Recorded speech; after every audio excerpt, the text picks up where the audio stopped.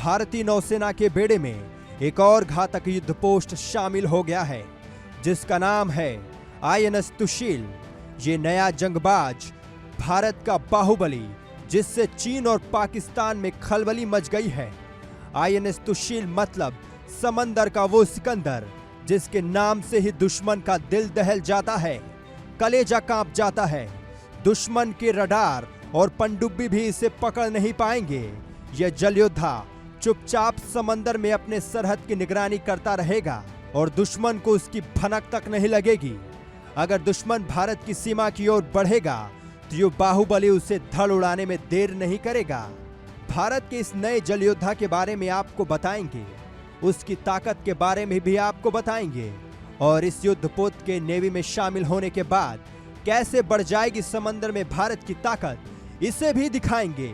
क्या आपको पता है कि इस युद्धपोत की खासियत क्या है? इसके भारतीय बेड़े में शामिल होने से चीन और पाकिस्तान में क्यों टेंशन बढ़ गई है?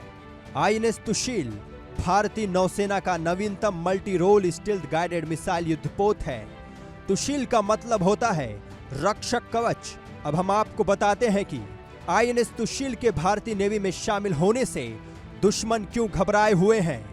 दरअसल ये एक स्टील्थ तकनीक का युद्धपोत है, इसलिए रडार से ट्रैक करना मुश्किल है। यह पानी के नीचे शोर बहुत कम करता है, इसलिए दुश्मन की पनडुब्बी भी इसका आसानी से पता नहीं लगा पाएगी। ये रॉकेट्स और टॉर्पीडो जैसे हथियारों से लैस है, जो दुश्मन की पनडुब्बी को तबाह करने के लिए काफी है। खास बात यह है कि INS तुशील लगातार 30 दिन तक समुद्र में जंगी तैयारी के साथ रह सकता है। इसमें एक बार में 18 अधिकारी और 180 सैनिक रह सकते हैं। INS तुशील समंदर में 59 किलोमीटर की प्रति घंटे की रफ्तार से चल सकता है। भारत के लिए बनाए जा रहे 2 युद्धपोत में से पहला सोमवार को डिलीवर किया गया है, दूसरे की डिलीवरी में कुछ समय लग सकता है।